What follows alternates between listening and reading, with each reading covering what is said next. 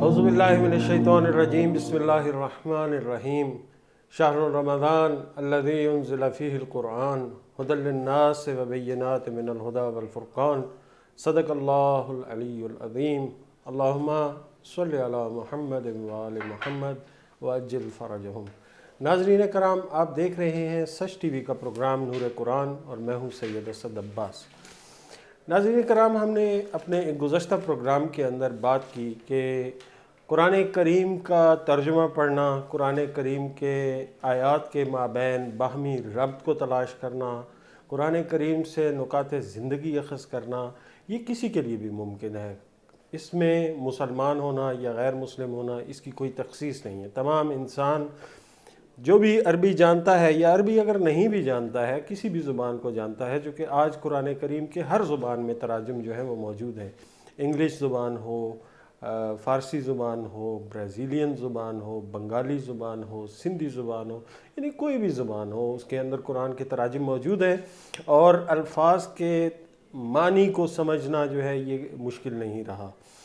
لیکن جہاں تک تعلق ہے کہ یعنی ان مطالب کو، ان تعلیمات کو انسان نے اپنی زندگی میں کب داخل کرنا ہے، کس طرح انسان ان مطالب کو اپنی زندگی میں داخل کر سکتا ہے، اس حوالے سے ہم نے بات کی کہ اس کے لیے ایمان درکار ہے۔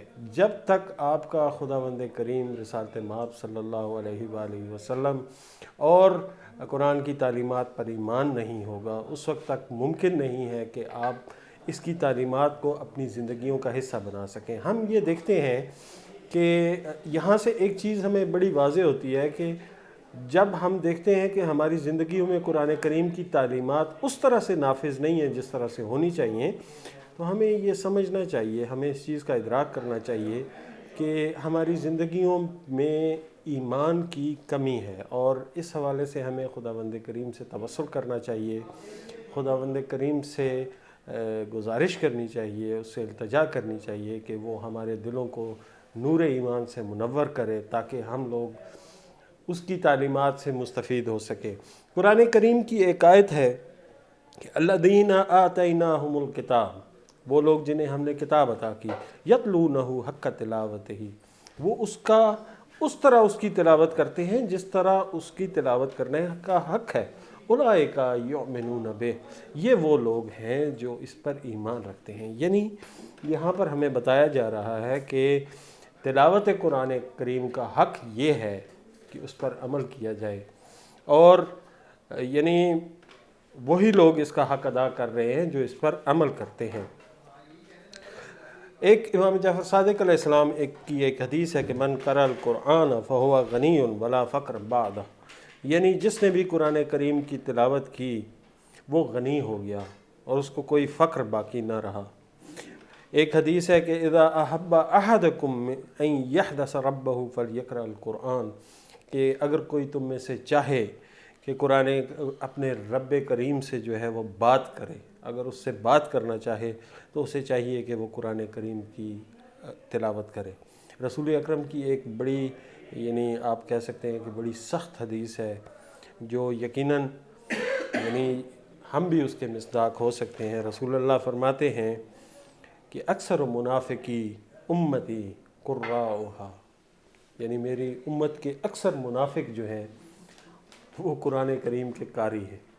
یہاں یہ چیز واضح ہوتی ہے کہ قرأت کرنا، اس کے معنی کو جاننا، اس کے مفاہیم کو جاننا، ان میں باہمی ربط تلاش کرنا، یہ کسی کے لیے بھی ممکن ہے، لیکن اس پر عمل کرنا جو ہے یہ سب سے امپورٹنٹ ہے، اور یعنی جس کو ہم طہارت کا مرحلہ کہہ رہے ہیں تدبر کی گفتگو کے اندر، یہ وہی مرحلہ ہے جس پر ہمیں عمل کرنا ہے۔ اور آج ہم اپنے معاشرے میں دیکھتے ہیں کہ یعنی اپنے ارد گرد نظر دوڑائیں کہ رمضان المبارک کے مہینے کے اندر، جو کہ برکتوں کا مہینہ ہے، رحمتوں کا مہینہ ہے، ہم لوگ یعنی کہتے ہیں کہ شیطان جو ہے اس کو قید کر دیا جاتا ہے، لیکن جب ہم بازار میں نکلتے ہیں تو ہم دیکھتے ہیں کہ ملاوٹ ملا سامان جو ہے وہ فروخت ہو رہا ہے، مہنگے داموں چیزیں فروخت ہو رہی ہیں، غیبت ہم معاشرے کے اندر دیکھتے ہیں کہ بہت زیادہ ہے، اسی طرح سے اقربا پروری ہے، کرپشن ہے، بدعنوانی ہے ہمارے معاشرے کے اندر۔ یہ تمام چیزیں جو ہیں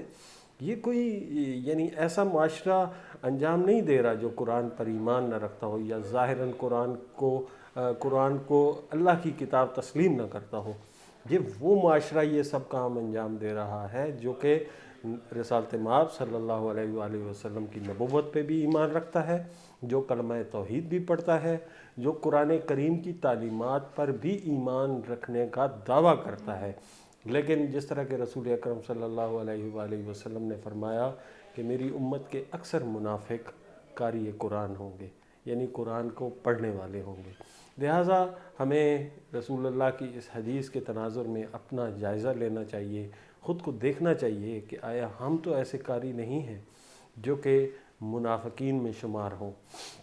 ہماری گفتگو کا سلسلہ جو ہے وہ تدبر قرآن کے حوالے سے چل رہا ہے. نور قرآن کے پروگرام کی وساطت سے ہم نے تدبر قرآن کی جو ایک تحقیقی روش جو گزشتہ 25 سال سے جس کے اوپر کام کیا جا رہا ہے اور مختلف تفاسیر سے اس روش کو اخذ کیا گیا ہے، اس کے حوالے سے ہم بات کر رہے ہیں.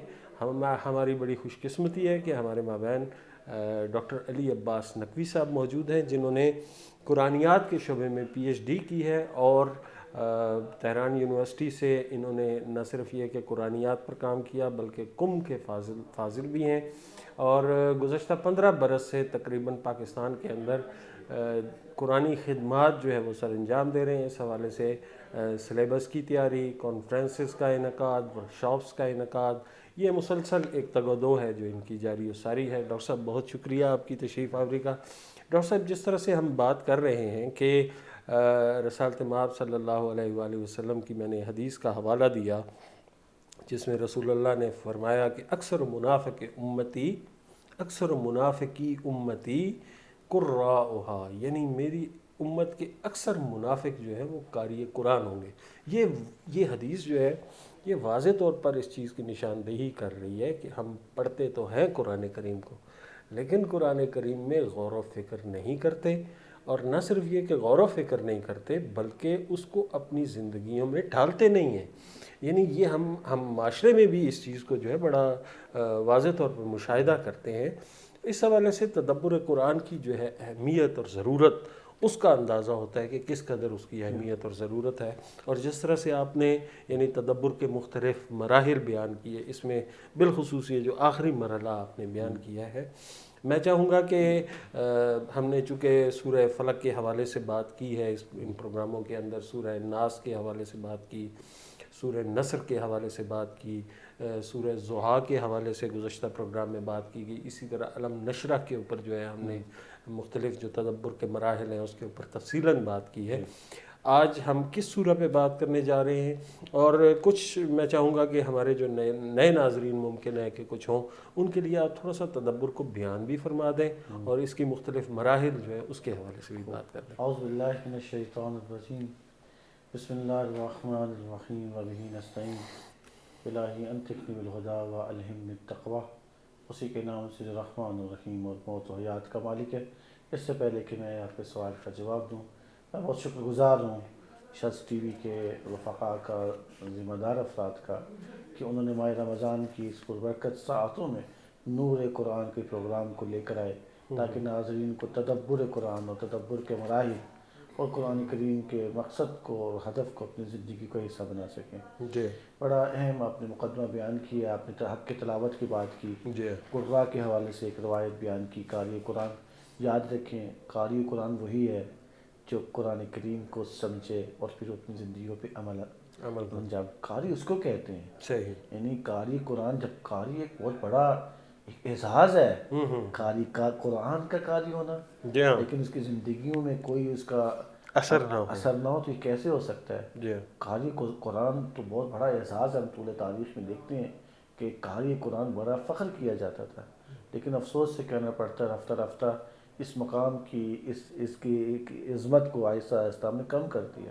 ہم قاری تو ہوتے ہیں لیکن اپنی عملی زندگیوں میں قرآن کے مطابق زندگی گزار رہے ہوتے ہیں. یعنی اس کے بالکل برعکس ہماری زندگیاں جو ہیں وہ ہمیں قاری قرآن کو قرآنی طرز عمل پر اپنانا ہوگا، اپنے لائف سٹائل کو قرآن کے مطابق ڈھالنا ہوگا. بلکہ ہر قاری کو جو بھی قرآن کی تلاوت کرتا ہے، تلاوت قرآن سے مراد وہی ہو سکتی ہے. حق کے تلاوت کی بات روایات میں آیا ہے جو اس میں غور و فکر کرے، تدبر کرے. امیر المومنین علی علیہ السلام فرماتے ہیں جو قرآن کی تلاوت کرے اس کی میں خیر و بھلائی نہیں ہے جس میں تدبر اور غور و فکر نہ ہو. بس تلاوت اسی کو کہا جاتا ہے جس میں تدبر کیا جائے.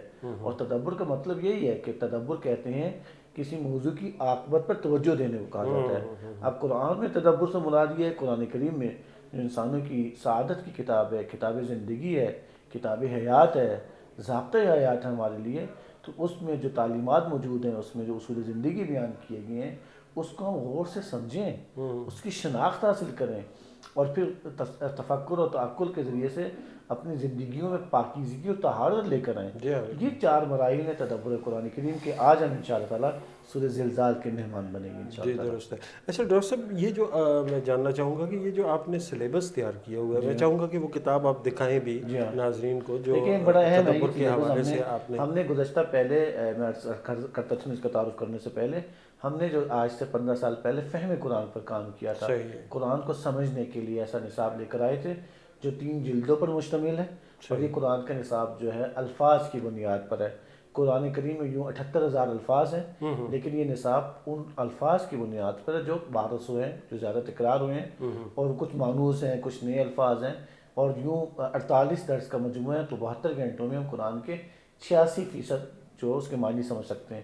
اس کے بعد ہم نے سوچا کہ یہ تو بہت اچھا کام ہو گیا، لوگوں نے قرآن سے مانوس ہوئے، قرآن کا ترجمہ سمجھ ہو گیا، لیکن ضروری ہے سمجھنے کے بعد تدبر قرآن پہ ہم نے کام کا آغاز کیا. گزشتہ 3 سال سے یہ کتاب جو ہے تدبر قرآن کی روش تعلیمی نصاب ہے.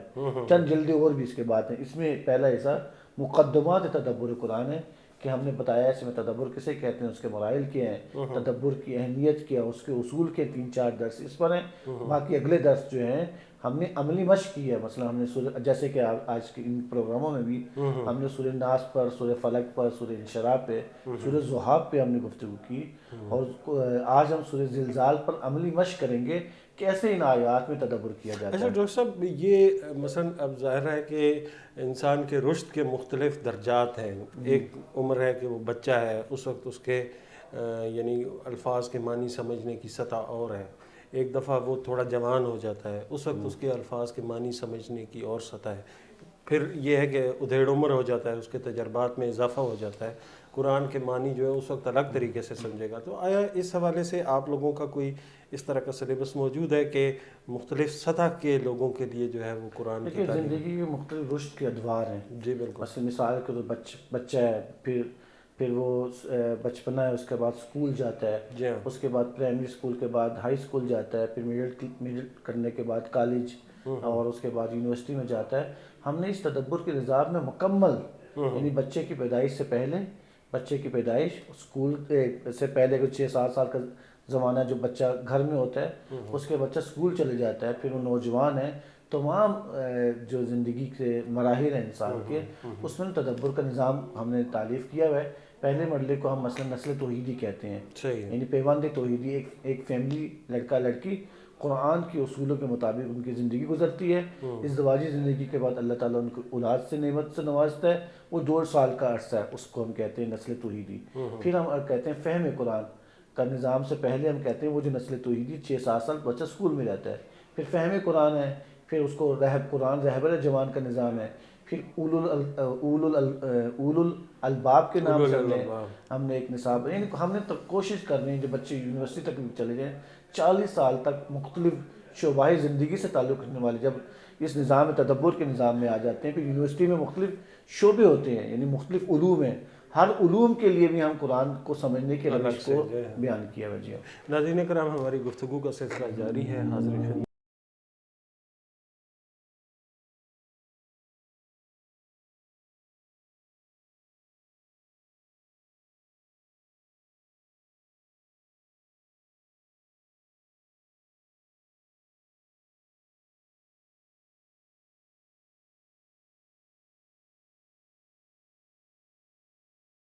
کرام، خوش آمدید. ہماری گفتگو کا سلسلہ چل رہا ہے تدبر قرآن کے حوالے سے. ڈاکٹر صاحب میں یعنی ایک روایت میں پڑھ رہا تھا کہ امیر المومنین علیہ السلام سے شاید ہے کہ انہوں نے فرمایا کہ جو بچہ جس نے بچپنے میں قرآن جو ہے اس کی تلاوت کر لی، وہ ایسا ہے کہ جیسے اسے حکمت عطا کر دی گئی۔ اب میں اس پہ غور کر رہا تھا آپ کی اس گفتگو کے بعد کہ عموماً ہم یہ سمجھتے ہیں یعنی تلاوت قرآن سے مراد یہ لیا جاتا ہے کہ اس کو ناظرہ ایک دفعہ بغیر معنی سمجھے، بغیر اس کے اوپر غور و فکر کیے آپ نے پڑھ لیا تو یعنی وہ تلاوت ہو گئی۔ تو ایسی تلاوت جو ہے یعنی امیر المومنین کے اس جملے میں بڑی وسیع و عریض بات ہے کہ اس کو ایسا ہے کہ اسے حکمت عطا کر دی گئی۔ دیکھیں صورتوں سے انسان زندگی کرنا شروع کرے، چاہے بچپن میں انسان تو آہستہ آہستہ اس کی زندگی نورانی ہونا شروع ہو جاتی ہے۔ اب بچوں کو جو ہم نے نصاب پہ کام کیا تفکر کا، اس کو سورہ کا پیغام بتاتے ہیں، یعنی کہ سورہ کا ترجمہ سکھا دیں گے یا اس کی سطح کے مطابق مثلا سورہ حمد ہے، ہم کہتے ہیں سورہ حمد میں ایک بڑا پیارا پیغام ہم بچوں کو سکھاتے ہیں کہ خدا کی جو بھی نعمت ہے اس کا شکر ادا کریں۔ مثلا ابھی ہم نے ایک کورس کروا رہے ہیں فہم قرآن کے حوالے سے، بارش ہو رہی تھی، بچوں نے کلپ بنا کے بارش ہوئی، اے خدایا تیری نعمت کا شکر ادا کرتا ہوں، سورہ حمد کی تلاوت بھی کر رہا ہے۔ تو بچپن سے ہی ہمیں قرآن کریم کا جب وہ مانوس ہونا شروع ہو جائے گا تو اس کا دل ہمیشہ نورانی رہے گا، اس کی عادت ہو جائے قرآن کے ساتھ زندگی کرتے، وہ نوجوان ہو جائے گا، اپنی عملی زندگی کو مرحلے میں آ جائے گا تو واقعی اس کی زندگی میں حکمت تو آئے گی۔ جی ہاں، اچھا یہ دیکھیں کہ مطلب ایک وہ بات ہے نا کہ کسی چیز کو امپورٹنس دینا، کسی چیز کو اہمیت دینا۔ اب قرآن کریم کے بارے میں جو ہمارا معاشرتی رویہ ہے، ہم نے اس کتاب کو مقدس ضرور جانا ہے، اس کا احترام ہم نے بہت زیادہ کیا ہے اور اس کو جو ہے وہ شفا کے لیے استعمال کیا، اس کو تعویذات کے طور پہ استعمال کیا، لیکن اس کو ایسا امپورٹنٹ نہیں جانا کہ یہ ہماری زندگی کے لیے ہمیں کوئی لاہ عمل دے سکتی ہے یا ہماری زندگی میں۔ اور یہ جو آپ سلیبس کی بات کر رہے ہیں، یہ ایک طرح سے یعنی اس کی اہمیت کی طرف توجہ دینے کی بات ہے۔ اب ظاہر ہے کہ یعنی چونکہ کلام الہی ہے، بہت سے اس کے الفاظ جو ہیں وہ ایسے ہیں جو ہم نہیں سمجھ سکتے، یا بہت سے مطالب اس کے ایسے ہیں۔ خود قرآن کریم نے کہا ہے کہ اس کی بعض آیات جو ہیں وہ یعنی متشابہ آیات ہیں، یعنی ان کے اندر جو ہے وہ اشتباہ موجود ہے۔ تو ایسی ہمارے اعتبار سے وہ امام کا شاید ایک جملہ بھی ہے کہ متشابہ ہیں جو ہلاک کے لیے، جو اس کا علم نہیں رکھتے ان کے لیے متشابہ ہیں۔ تو ایسی مطلب ایک طرح سے توجہ دینا جو ہے یہ میں سمجھتا ہوں کہ بڑا کام ہے اور بڑی اہمیت ہے۔ ہم اپنے چلتے ہیں، ہم سورہ زلزال میں ہم چاہ رہے ہیں کہ اس دفعہ آج کے پروگرام میں ہم تدبر کریں۔ تدبر کے لیے ہم ہمیشہ اس سورہ کی ان سے انس پیدا کرتے ہیں اور سورہ کا ایک سرنامہ جو ہوتا ہے اس کو بیان کرتے ہیں۔ سرنامے سے فائدہ یہ ہوتا ہے کہ سورہ کا کلی تصویر ہمارے سامنے آ جاتی ہے، تو یہ تدبر میں جو پہلا مرحلہ تفکر میں ہمیں مدد ملتی ہے۔ میں سرنامے میں کچھ نکات ہیں آپ کے سامنے پیش کرتا ہوں۔ اس سورہ کو میں نے جو ہم نے موضوع دیا ہے، ہر سورہ کا ہمیں ایک موضوع دیتے ہیں، نیک عمل کو مرکز بنا کر قیامت پر توجہ کریں۔ یہ قیامت پہ توجہ، ہم نے قیامت پہ توجہ کرنی لیکن انسان کے نیک اعمال کو محور بنا کے، یہ سورہ کا ایک جو کلی سرنامہ ایک موضوع ہے، اور سرنامے کی کچھ نکات آپ کے سامنے پیش کرتا ہوں کہ اس وقت کو یاد کیجئے کہ جب آپ کسی آپ کو اہم ناکامی کا سامنا کرنا پڑا ہے، ہمیں اس کو یاد کرنا ہوگا، اس کو ذکر کرنا ہوگا، اس کو دہرانا ہوگا۔ ایسے مواقع پر آپ کے اندر شدید زلزلہ برپا ہو جاتا ہے۔ جب آپ کی زندگی میں ناکامی آتی ہے تو آپ کی زندگی میں پھر ایک زلزلہ برپا ہو جاتا ہے۔ اسی لیے آپ نے اپنے ذہن میں جو عمارت بنا کر رکھی ہے وہ ایک دم ویران ہو جاتی ہے۔ اس کی وجہ بیان کی گئی ہے کہ کیونکہ آپ نے اس کے حوالے سے ایک عظیم عمارت ہے، لیکن جب ناکامی آتی ہے وہ ایک دم سے ویران ہو جاتی ہے۔ اس وقت اضطراب کی حالت میں آپ اپنے ماضی کو یاد کر کے اپنی سرگرمیوں کے حوالے سے جائزہ لیں کہ اپنے ماضی کو دیکھیں کیا وجہ ہوئی، کیا وجوہات ہیں، اس کو تجزیہ تحلیل کریں، اس کا جائزہ لیں۔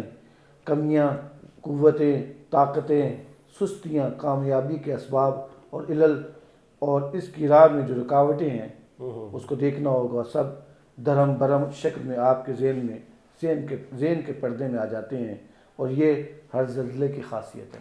یعنی یہ سورہ کا سرنامہ ہم نے بیان کیا ہے۔ اب چلتے ہیں سورہ کی خود خدمت میں حاضر ہوتے ہیں، اور تدبر کے لیے ضروری ہے، یا جو ہم تدبر کا جو پہلا مرحلہ ہے تفکر، اس سورہ کی بار بار تلاوت کرنا ہے۔ اچھا، یہ جو آپ نے ابھی سرنامہ بیان کیا، اگرچہ ترجمہ جو ہے وہ سورہ کا وہ اذا زلزلت الارض زلزالہا، یعنی وہ زمین کے اندر آنے والے ایک زلزلے سے متعلق بات کی جا رہی ہے، لیکن آپ نے یعنی اس سرنامے میں جو ہے جو مطلب آپ کہہ سکتے ہیں کہ جنہوں نے بھی یہ جو اس مؤلف ہیں اس کے انہوں نے یعنی اس سورہ کے اندر تدبر کر کے انسانی نفسیات کا جو ہے ایک جائزہ لیا ہے، اور اس میں دیکھا ہے کہ انسان کے نظریات جب ٹوٹتے ہیں، جب ناکام ہو جاتا ہے، اس صورت میں بھی اس میں زلزلہ آتا ہے، اس کا اور اس کے نظریات جو ہے دیکھیں اس کا ربط ہم سورہ کے ساتھ دیں گے، اس صورت میں سالنامہ مزید ہمارے لیے واضح ہونا شروع ہوگا جب ہم اس کی جو الفاظ کے معنی بیان کریں گے، پھر اس کے بعد اس میں سے اصول زندگی اخذ کرتے ہوئے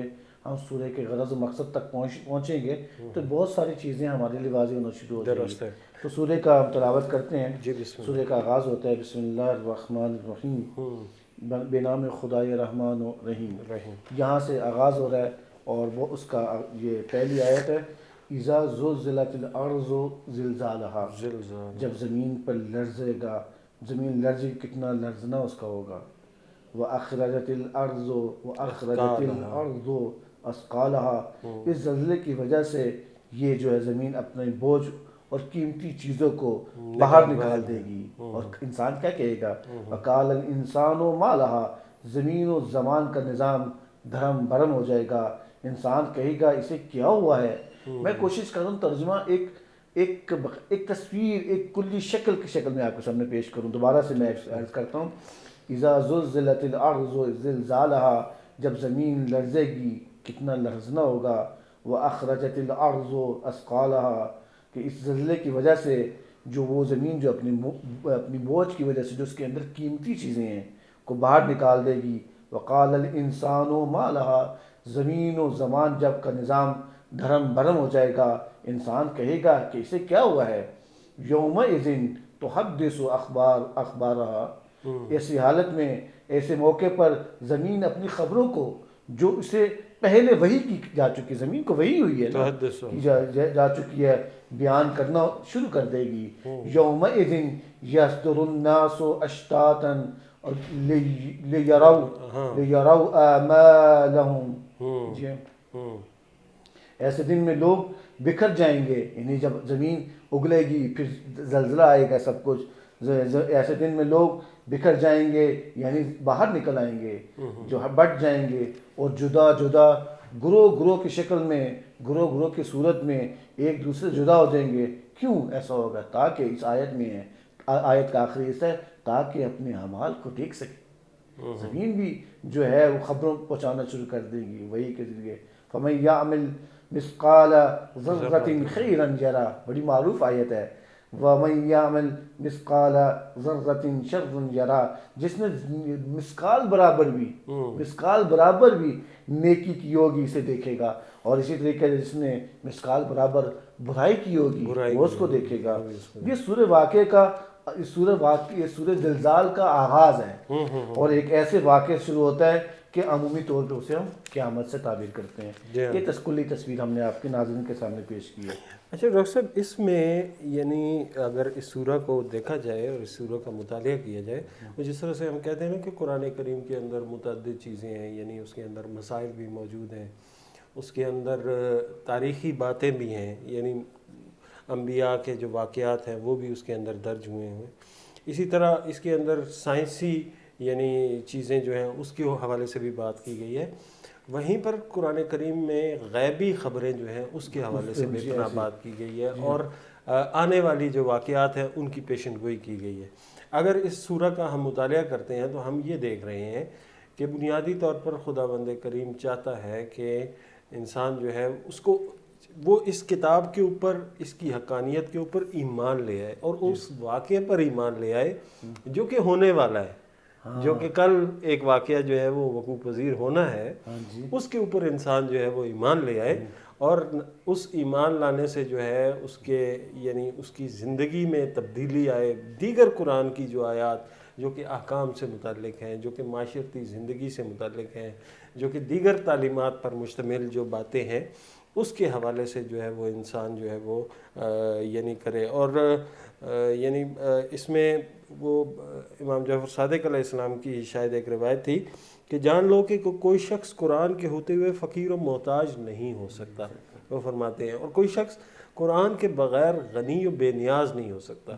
جو واقعات قرآن کریم کے اندر بیان کیے گئے ہیں، جو چیزیں یعنی جو تاریخی واقعات، بہت چھوٹی چھوٹی چیزیں، یعنی بہت چھوٹی چھوٹی چیزیں ان ڈیٹیل بیان کرتی ہیں۔ دیکھیں بات جو ہم سمجھ رہے ہوتے ہیں، دیکھیں اللہ تعالیٰ نے انسان کی ہدایت کے لیے مختلف روشیں قرآن کریم میں اپنائی ہیں، کہیں قصے کے ذریعے سے، کبھی مثل کے ذریعے سے، کبھی ضرب المثل کے ذریعے سے، کبھی واقعات اور داستان انبیاء کی ذکر کر کے، اور کبھی غیبی خبریں دے کے، تاکہ انسان متوجہ رہے۔ وہ جو ہم نے سرنامہ بیان کیا اس کا سبب دے سکتے ہیں۔ بس اوقات انسان کی زندگی میں ایک شدید زلزلہ آتا ہے، یہ باعث بنتا ہے کہ اے انسان تم نے ہمیشہ اس دنیا میں نہیں رہنا، تمہیں اس سے نتیجہ لینا ہے کہ بالآخر ایک ایسا شدید زلزلہ آئے گا جس سے ہم نے قیامت سے تعبیر کیا۔ اسی لیے یعنی قرآن کریم کی جو مختلف یعنی صفات بیان کی گئی ہیں نا، اس کے اندر ہم دیکھتے ہیں کہ کہیں پر کہا گیا ہے کہ یعنی یہ مبارک کتاب ہے، اس کی اتباع کرو۔ یعنی کس چیز کی اتباع کرو؟ ان غیبی واقعات کی تو اتباع نہیں کرنی ہے، وہ تعلیمات، وہ مسائل جو کہ زندگی کے آپ کو بتائے گئے ہیں، ان کے بارے میں خداوند کریم کہہ رہا ہے کہ ان کی اتباع کریں۔ اور بعض آیات میں یعنی بعض جگہ اس کی صفت بیان کرتے ہوئے کہا کہ اس پر ایمان لاؤ۔ یعنی ایمان کس چیز پہ لانا ہے؟ آیا ان تعلیمات پہ ایمان لانا ہے؟ نہیں، ان غیبی باتوں پر ایمان لانا ہے، خبروں پر ایمان لانا ہے۔ آپ کو یاد ہو، معلوم ہم سب کو، سورہ بقرہ کا آغاز ہو رہا ہے ذالک الکتاب لا ریب فیہ، پھر اگلی آیات میں کہہ رہے ہیں وہ ایمان والے کون ہیں؟ جو غیب پر ایمان لاتے ہیں، اللہ پہ ایمان لاتے ہیں۔ یعنی مومن وہی ہے، مومن کی وہی صفات بیان کی گئی ہیں سورہ حمد کی اور سورہ بقرہ کی ابتدائی آیات میں۔ تو ایمان بڑا اہم ہے، ہمیں خدا پر، اس کے فرشتوں پر ایمان لانا ہوگا، اور اسی طریقے سے ان غیبی خبروں پہ ایمان لانا ہوگا۔ جب ایک انسان دین کو اپنا لیتا، دین کا معنی ہم نے کیے تھے کہ وہ ایسا مجموعہ، ایسے قوانین، ایسے اصول جو انسان کو مطلوبہ ہدف تک لے جائے۔ اب جب دین کو لے آئیں گے تو اس کو اپنے نافذ کرنا ہے۔ دین کے قوانین میں سے ایک چیز یہ جو قرآن کریم میں غیبی خبروں کا ذکر کیا گیا، اور یہ اس کی طرف سورہ زلزال جو اشارہ کر رہی ہے۔ جی اچھا، یہ دیکھیں قرآن کریم کے اندر جو مختلف طرح کے موضوعات کے اوپر بات کی گئی ہے، اب میں یہ سوچ رہا ہوں کہ حضرت امیر المومنین کا ایک یعنی جملہ ہے، وہ فرماتے ہیں کہ یہ جو جس طرح سے چیزیں مردہ ہوتی ہیں نا، اس طرح سے قلوب بھی مردہ ہو جاتے ہیں۔ قلوب کو زندہ کرنے کے لیے خوبصورت الفاظ، خوبصورت جملوں کا استعمال کرو۔ اب یہ سوچنے کی بات ہے کہ یقیناً یہ یعنی ہم کہہ سکتے ہیں کہ امیر المومنین نے یہ علم، یہ نقطہ جو ہے، یہ قرآن کریم سے اخذ کیا ہے کہ جس طرح سے قرآن کریم کے اندر مختلف چیزوں کو بیان کیا گیا، اور جس طرح سے مثلا غیبی خبریں بیان کی گئی ہیں، تاریخی واقعات بیان کیے گئے ہیں، ایون آپ دیکھتے ہیں کہ یوسف و زلیخا کا قصہ جو ہے وہ بیان کیا گیا ہے جی، اور اس کے چھوٹے چھوٹے باریک نکات، اور اس کے اندر بھی ہدایت کے مختلف پہلو جو ہے وہ بیان۔ قرآن سراسر ہدایت ہے۔ جی ہاں بالکل۔ دیکھیں یہ سورج جو ہے انسانی زندگی کو ایک اہم واقعہ غیبی خبروں کے ذریعے سے متوجہ کر رہا ہے۔ یعنی انسان کی زندگی میں بالآخر یہ دنیا عارضی ہے، جی بالکل، اور اس کی طرف غیبی خبروں کو بیان کر رہا ہے۔ کیوں؟ کیونکہ قرآن کریم کی، جیسا کہ آپ نے بیان کیا، قرآن کریم کی خاصہ ہے کہ غیبی خبروں کے ذریعے سے انسان کو متوجہ کرتا ہے، تاکہ علم اصولی کے ذریعے خبر کی حقیقت تک وہ جو نہیں پہنچ سکتا ہے، لیکن خبر کے ملنے کے بعد جو ہے بہت سے مطالب اور مطالب کا ادراک کرنا شروع کر دیتا ہے۔ تو لہٰذا یہ غیبی خبریں بڑا ضروری ہے، اس میں مواقع انسان کو فراہم کرتا ہے کہ اس میں تفکر کر سکے، اس میں غور و فکر کر سکے۔ تو اس ہم یہ چاہتے ہیں کہ اس سورے کو اپنی زندگی سے بھی ہم نے جوڑنا ہے، یعنی واقعاً اس میں بڑا اہم نکات ہیں تو جو بیان کیے جا رہے ہیں کہ ایک بتایا مثلا قیامت ہوگی، یعنی یہ جو سارا زلزلہ آئے گا اور زمین جو ہے ہر قیمتی چیز باہر نکال دے گی، اور انسان کہے گا کیا ہو گیا ہے، پھر کہا جائے گا کہ مثلا جو ذرا برابر بھی اس نے نیکی کی ہوگی، یا ذرا برابر بھی اس نے جو ہے برائی کی، وہ دیکھ لے گا۔ تو قیامت کے دن ایسا زلزلہ آئے گا جو زمین میں ایسی تبدیلی آئے گا جس کے نتیجے میں جو کچھ زمین میں ہوگا وہ باہر آ جائے گا۔ اچھا یہ دیکھیں کہ جس طرح خداوند کریم نے ایک آیت کے اندر کہا کہ اگر یہ کتاب خدا کی طرف سے نہ ہوتی جی تو اس میں تم اختلاف تلاش کرتے، تمہیں اس کے اندر متضاد چیزیں جو ہیں وہ نظر آتی. ہم قرآن کریم کی کوئی بھی آیت اٹھا کے دیکھ لیں، اب پورے کا پورا اسلام کی جو تعلیمات کا نظام ہے اس کو اٹھا کے دیکھ لیں، یا قرآن کریم کے اندر جو مختلف مواقع پر مختلف باتیں کی گئی ان کو اٹھا کر دیکھ لیں، اور اسی سورہ زلزال کو اٹھا کے دیکھ لیں، ہمیں کوئی ایک ذرہ بھر کا بھی اختلاف نہیں نظر آتا ہے. یعنی جس طرح سے قرآن کریم نے کہا کہ خدا ہر جگہ پہ موجود ہے، خدا کی جو ہے ذات وہ ہر چیز کے اوپر ناظر ہے، وہ خدا لطیف ہے، خدا خبیر ہے جی، وہ آخری جملہ یہ جو سورہ زلزال کا کہہ رہا ہے جی کہ مسقال برابر بھی آپ نے شر کوئی نیکی کی ہوگی، جی ہاں، مسقال برابر اگر بدی بھی کی ہوگی وہ بھی دیکھے گا قیامت کے دن. یعنی دیکھیں کس طرح سے مجسم ہو جائے گی مجسم ہو جائے گا. اس کے لیے. ناظرین کرام، ہماری گفتگو کا سلسلہ جاری ہے. حاضر خدمت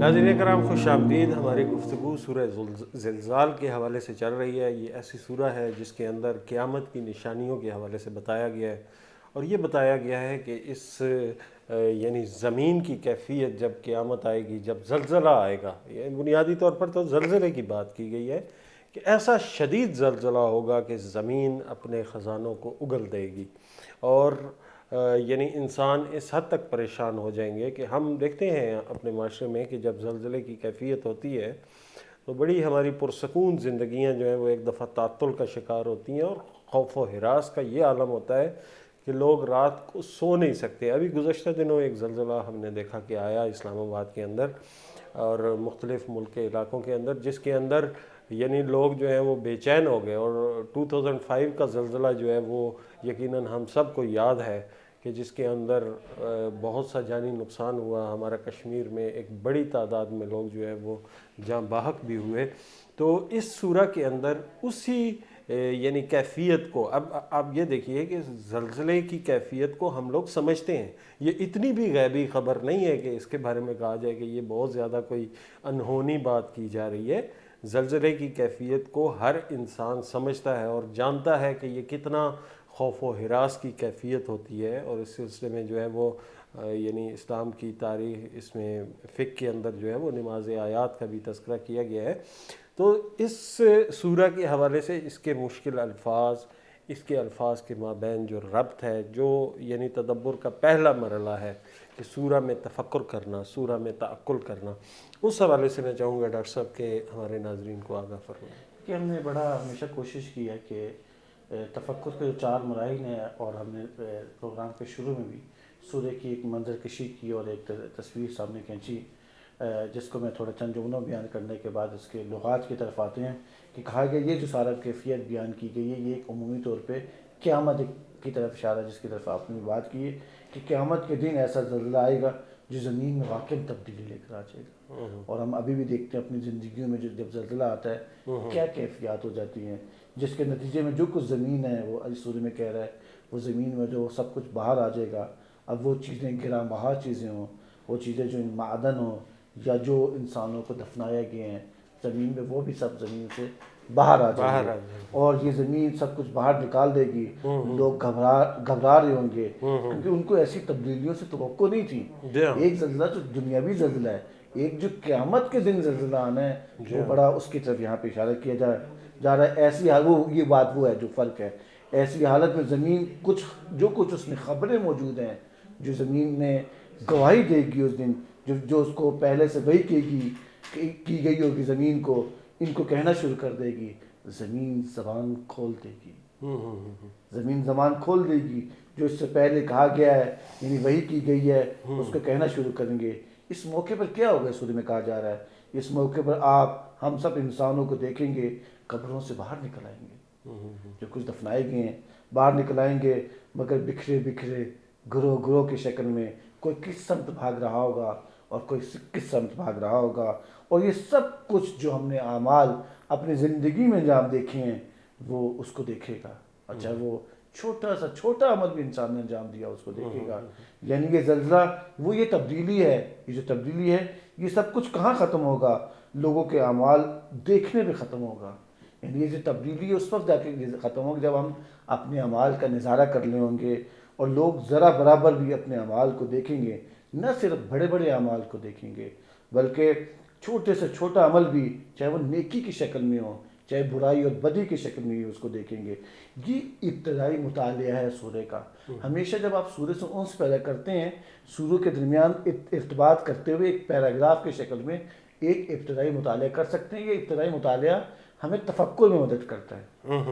اچھا ڈاکٹر صاحب، میں یہ آپ جب اس کا ترجمہ پڑھ رہے تھے، تلاوت کر رہے تھے، کہ میں انسانی زندگی پہ غور کر رہا تھا کہ انسانی زندگی جو ہے وہ اس قدر نازک ہے، لیکن ہماری جو تیاریاں ہوتی ہیں یا ہمارے جو ارادے ہوتے ہیں یا عزائم ہوتے ہیں ہم لوگوں کے، وہ سالوں پر محیط ہوتے ہیں.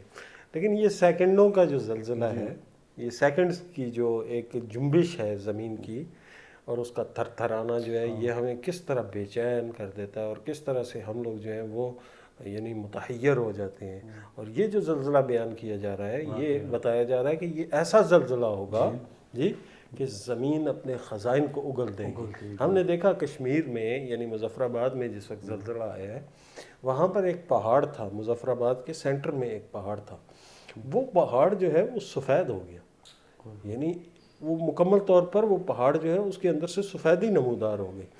اب یہ کیفیت جو تھی، وہ سفیدی جو ہے عام طور پر ہم زندگی میں دیکھتے ہیں، رنگ یعنی سفید رنگ ہر طرف دیکھتے ہیں، لیکن وہ فطرت کی اتنا مخالف چیز تھی، وہ جو اس مظفر آباد کے اس پہاڑ کی سفیدی ہے، کہ وہ سفیدی بھی انسانوں کو خوفزدہ کر رہی تھی اور اس سے بھی لوگ متحیر تھے. اب یہ اگر یہ سیکنڈوں کا زلزلہ، یہ چند ثانیے کا زلزلہ، یہ اگر انسان کو اس حد تک بے چین کر دیتا ہے اور راتوں کی نیندیں حرام کر سکتا ہے، تو یہ زلزلہ جس کی بارے میں خداوند کریم جو ہے وہ جس کی طرف نشاندہی کی جا رہی ہے، اور یہ جو آپ نے آخری آیات خصوصاً اس کی ہیں کہ مثقال ذرۃ شرًا یرا، یہ تو یقیناً اس بات کی طرف نشاندہی ہے کہ یہ قیامت کے بارے میں بات کی جا رہی ہے، مگر نہ تو کوئی بھی زلزلہ جو ہے ایک اور چیز جو بڑی اہم ہے، یہ جو زلزلہ یہ بھی آیات الہی ہیں. آیات ہے اللہ تعالیٰ نے ان کو آیات کی شکل، اسی لیے نماز آیات کا جو ہے، نمایات کا، لیکن تاکہ انسان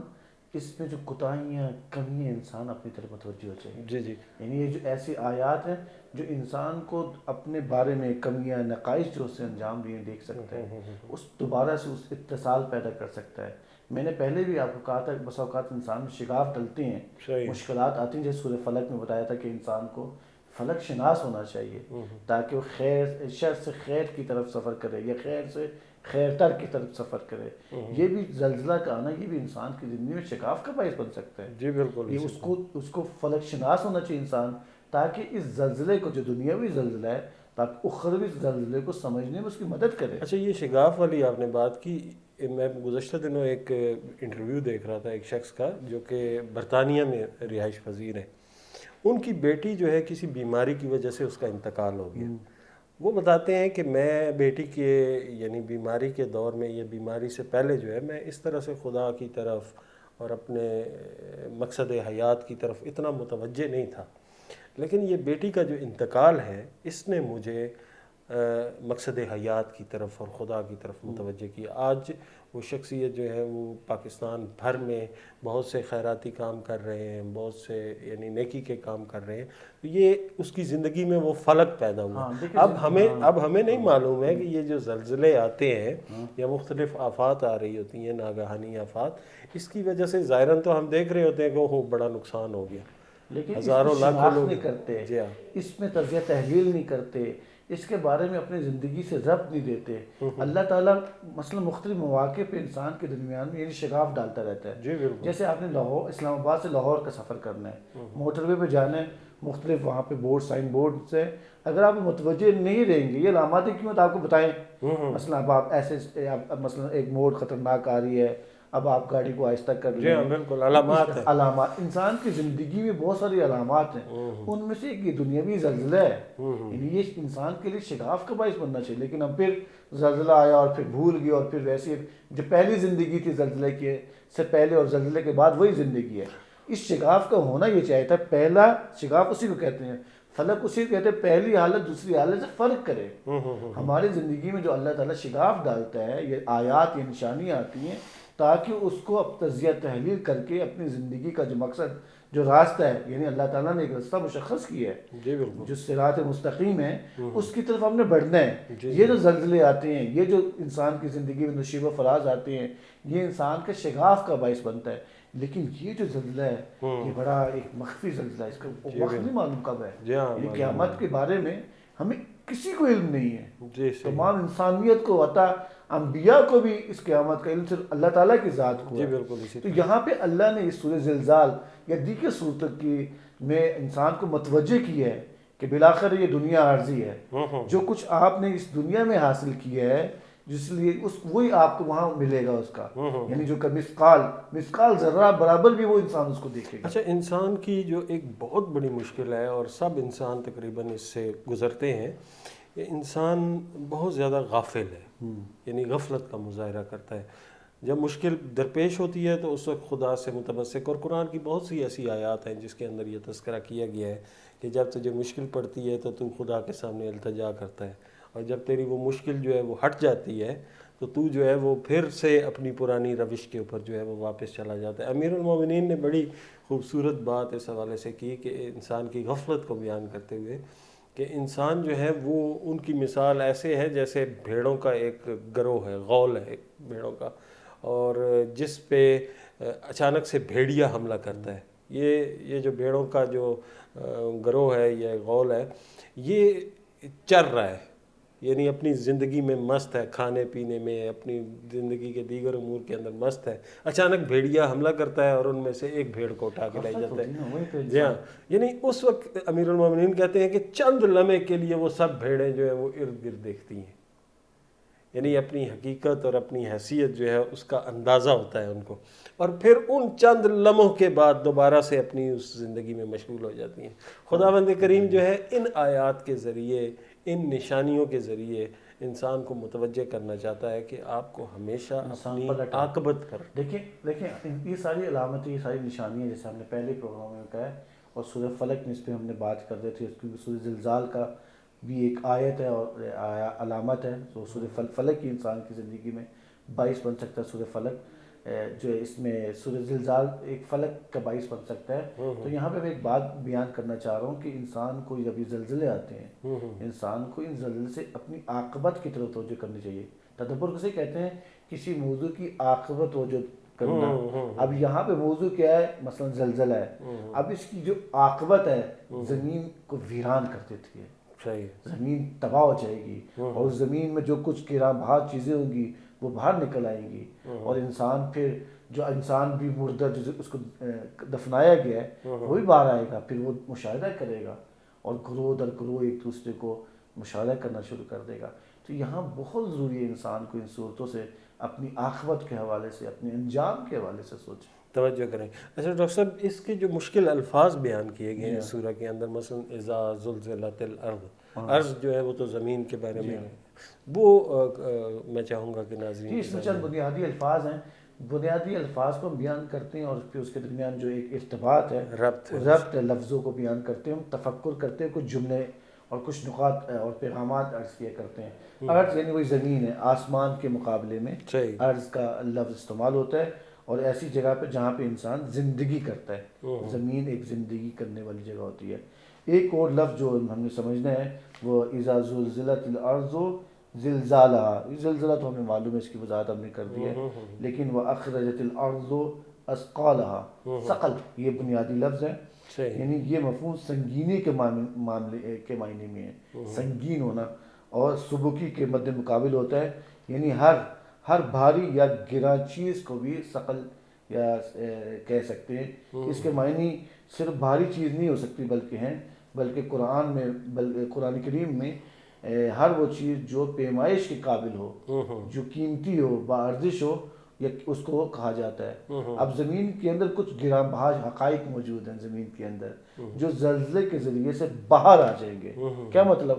یعنی زمین پہ جب خوفناک قسم کا زلزلہ آئے گا تو یہ زلزلہ جو ہے اس کو جو کچھ ہوگا وہ بالکل باہر لے آئے گا، اور اس کے نتیجے میں مردے، خزانے، معدنیات، جو کچھ زمین کے اندر ہے وہ باہر نکل آئے گا۔ اچھا، اس میں اسکالہ جو ہے وہ اس کو اس عنوان سے بھی لیا جا سکتا ہے کہ یعنی جس طرح سے کہا گیا، ضروری نہیں ہے کہ کوئی بھاری بھرکم چیز ہو۔ اسکالہ سے مراد یہ ہے کہ اپنا بڑا معنوی اعتبار سے بھی کوئی چیز اسکال ہو سکتی ہے۔ مثلا یہ جس طرح میں نے مظفر آباد کا حوالہ دیا کہ عمومی یا فطری جو پہاڑ کی شکل و شباہت ہے وہ یہ ہے کہ اس کو سرسبز ہونا چاہیے، یا اس پہ پتھر ہونے چاہیے، یا اس کا رنگ مٹی کا ہونا چاہیے، لیکن ایک پہاڑ جو ہے وہ سفید ہو جائے، یہ ایک بہت بڑا یعنی بھاری گراں قدر چیز ہے جو کہ لوگوں کو متاثر کرتی ہے۔ ڈاکٹر صاحب، ہمارے پروگرام کا وقت ختم ہو گیا ہے۔ انشاءاللہ اگلے پروگرام میں ناظرین کرام اس صورت کے مزید مطالب کے اوپر بات کریں گے۔ اپنے میزبان سید اسد عباس کو اجازت دیجیے۔ اللہ حافظ۔